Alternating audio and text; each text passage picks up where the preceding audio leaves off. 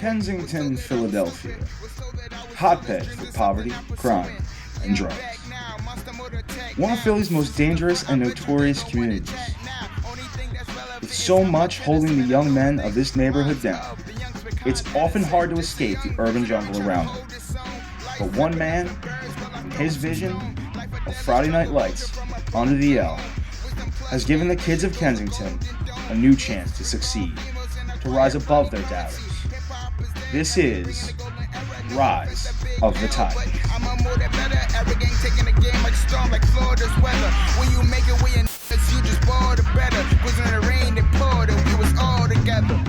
This is Kensington Creative and Performing Arts, part of the Kensington Multiplex of high schools. But as recently as 10 years ago, these 4 schools were jumbled into one unmanageable institution. About 10 years ago, Kensington was one high school, and it was just years ago, it was an all-girls school. And then as society began to change, things began to change, and it became co-ed.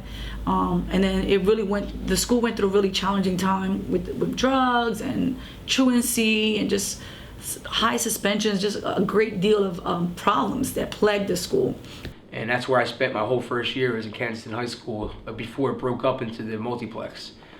So I was there when it was, pretty hostile environment. It was. I don't want to go as far as saying it was out of control, but it was pretty darn close. There was fights every day, almost every other period in the hallways. We used to see weed fly through the air sometimes, and that was just, it's just a wild thing. But this one first year teaching, I had these kids ran into the classroom and started beating up on a kid right in the middle of my class. I didn't have a lock on my door my first year teaching. I had a bungee cord hooked up to the hole to the phone to keep the door shut because kids are just roaming the hallways, walking in their rooms. Kensington was a big, almost wasteland type high school. Half of the faculty was afraid of the students and the other half didn't care. It might have been relevant to the fear of the students. The diploma, if you will, didn't mean much. Okay, I kind of felt like, not to sound grandiose, I kind of felt like a lone voice in the wilderness in terms of trying to bring about change. Change was very slow coming, so I welcomed the breakdown into smaller schools. School district and community leaders met to discuss ways this dire situation could be improved. Together, this collective devised a new concept of education in Kensington. The concept was, let's break this school up into smaller schools, and let's make these smaller schools theme-based, so that the neighborhood students can have an opportunity to go to one of these theme-based schools and choose what they want to do. The fact that a kid from the neighborhood can say, okay, do I want to go to Health Sciences Academy? Do I want to study dentistry? Do I want to go to business and really look at entrepreneurship? Do I want to go to urban ed and be a teacher? Do I want to go to Kappa and look at the creative arts and focus on that? So I think just the fact that we're giving kids a choice to do something is empowering. This strategy allowed for faculty to establish a more personal connection with their students, giving them a feeling of empowerment. Here, where it's more like the kids need family, so we become literally family to the kids. And that's a big shift from what we think normal high school is like. So that means building that culture that we are family, we're together. We might be a dysfunctional family, but nonetheless, we are a family. The people here, they're really nice, and everybody at Kensington's more like a family rather than everybody giving each other dirty looks and talking smack. So I don't mind coming to school. It's actually something I like to do. And that's why going to Kensington, it makes me look forward to college and stuff like that. Everyone knows every kid's name. Okay, there's no, hey you. So if a kid is doing anything wrong, you would say, Johnny. We don't do that here. Okay, and Johnny will say, Mr. Green or Mr. Smith or whatever, okay, or whatever, as opposed to, yo, buddy, get out my face or something like that. Major difference with the small school. We have to develop relationships with these kids, that unless we have an earnest relationship with them, we can't move them.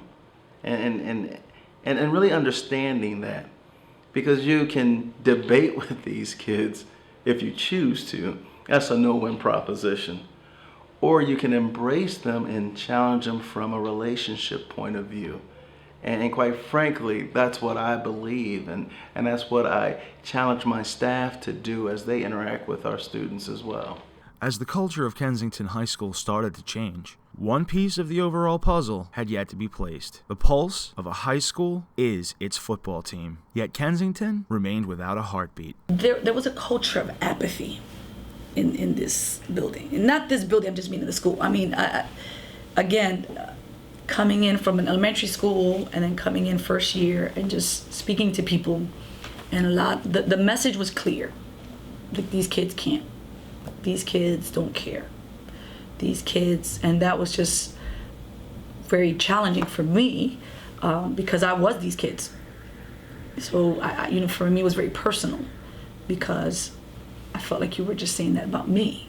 And so I had to go around people, because if I had listened to people who said they'll never give us a football team because there's no money, or they're not going to do it because the kids are not going to want to play, it'll fizzle out. So if I had listened to certain people that had power, and they had power, we would never have it. Edison has a football team, Mansbaum has a football team, and Kensington is still a comprehensive high school. Although we're broken up into 4, we're still a comprehensive high school. And really speaking to these folks about why we need a team. And I'm amazed to this day how we got it, because in the midst of budget crisis and everything that was going on, I mean, we were able to get the funding to have a JV team. And of course, when they said how about a JV team would be fabulous, not a problem. After the hard work and determination of Principal Carrera, Mr. Erb, and Mr. Robert Coleman, head athletic director of the School District of Philadelphia, much of the faculty felt that high school football would be a welcome addition to the multiplex and to the community. Everybody needs to achieve something and feel good about something. That's where your confidence comes from, for which you use to make decisions and live a good, productive life. If you lack confidence or faith in yourself, you're not going to be very successful. And sports does such a wonderful job of helping develop that. Football, it's one of those definers. I mean, look at our nation. We worship at the altar every Sunday at 1 o'clock, and that's who we are as a culture, and we need that if we're going to be a part of mainstream society. And so many, without being so dramatic when I say that, but if we're able to do that, it's just a natural overflow, that our kids grow and that they develop and they become part of the mainstream as a result of these different avenues, i.e. football. Plenty of statistics and studies out there that indicate the more involved students are in positive activity, the greater resilience they have, the greater capacity they have to problem solve in a positive manner, the more directed they become. And football is a great example of that. On a game day, when a kid brings his uniform to school, and he's got his helmet and his shoulder pads, and he's walking around campus, you can just feel his pride. I mean, he's talking about the game later that day, what he's going to do, and it's just, and it's the kind of sense of accomplishment. Doesn't matter whether we win or lose the game, as far as I'm concerned. It's just the idea that I'm committed to doing what I can on the field and enjoying that experience as a young person, saying that with that kind of confidence. You can't put a price tag on that. Despite the importance of a program that is a defining aspect of the high school experience, budget cuts have crippled the school district, making extracurricular activities, namely sports, an ever-decreasing priority. In the district, we're fraught with all kind of financial challenges that, when you look at a budget, many of the things that are the first to go are the arts, the humanities, and the sports. Those are the first things that we cut out, and we certainly don't expand to include those things. And that's to our loss that we approach our finances that way. I mean, we are definitely in an incredibly financially challenging time, and make no mistake about it. And so we can't grow, we can't expand, and we can't do what our kids need. But so when it comes to football specifically, quite frankly, it's an expensive endeavor. I mean, everyone needs resources, and every program in the School District of Philadelphia, not just sports, but academically speaking. I mean, those challenges are real. And I mean, 2 years ago, I had 9 English teachers in my school.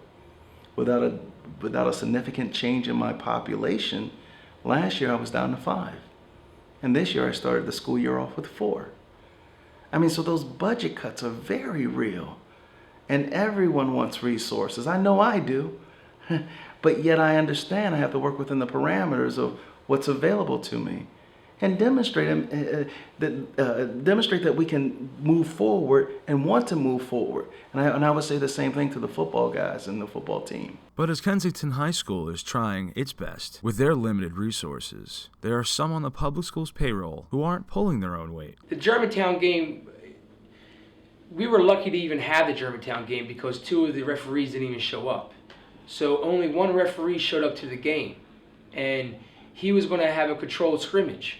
So thankfully, one of the gentlemen at Germantown High School was a PIA official, volunteered his time, put a jersey on, and ref for us. You know, and there was only 2 referees there. You know, it's very disheartening. You know that people are getting paid to do a job for the kids, and they don't show up. The game was played as scheduled, and Kensington looked sharp early on.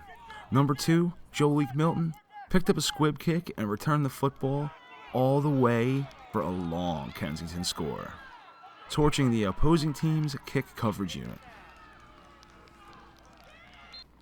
On the ensuing 2-point conversion attempt, number 15, Dejan Reason, recovered a fumbled pitch and evaded a wall of defenders on his way into the end zone.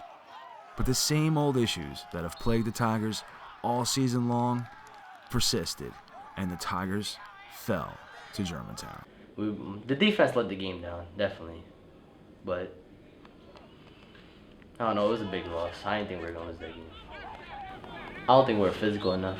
I thought we were trying to play the screens too much, and we expected them to pass. Because usually in the second half, teams like to get pass happy, but they ran all over us. We couldn't stop it. And I take a big responsibility of that because I'm the middle of the defense, and I'm supposed to get people in the right positions to do their job. Even with all of the budget cuts and tough losses, the administration feels that if spearheaded by the right individual, the miracle of Kensington football can live on. I understand our district is in a very serious budget crisis right now. So I really don't expect too much from my district as far as monetary, any kind of monetary input. And that's why I created the 501c3 and the Friends of Kensington Football Inc. to hit the corporations that are making a lot of money and that can be donating. And what I want from my district or our district is just to understand that we are working extremely hard. We're understaffed, and we are giving it our all for the kids every single day. Having a football team in Kensington is the closest thing that you're going to see to true transformation in education on a outside of the classroom level. You're not going to see anything else like that.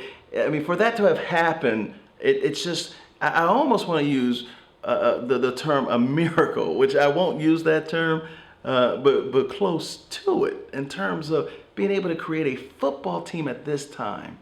And you know, of course, what the coach is striving to do with that.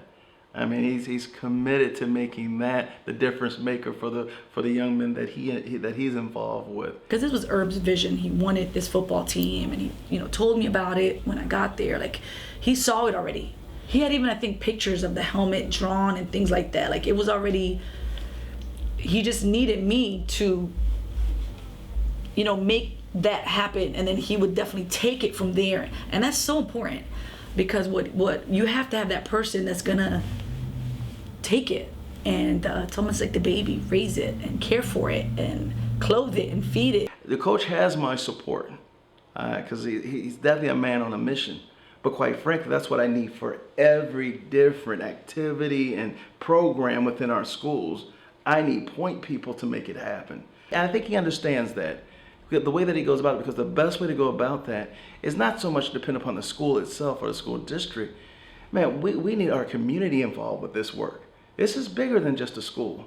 And especially, the grassroots effort that it has become, because he will beat his head against the wall if he's going to wait for the schools to be that difference maker as far as resources are concerned. And it's just not a healthy approach to trying to do something so special and unique. Damn right, pouring, feeling like it was storming. Cold nights, long days, none of these hoes was calling. Got a little bit of buzz and we're no longer foreign. If you hate, do you like James? I'm still scoring. Now they hit me up, oh yeah, you rapping now. But here's some beats from my SoundCloud. But me,